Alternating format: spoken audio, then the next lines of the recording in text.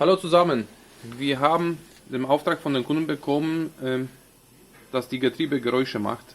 Haben wir die Getriebe gerade ausgebaut und festgestellt, dass die Hauptwelle seitliches Spiel hat. Wie Sie hier sehen, ist dieses Eingangslager absolut ausgeschlagen.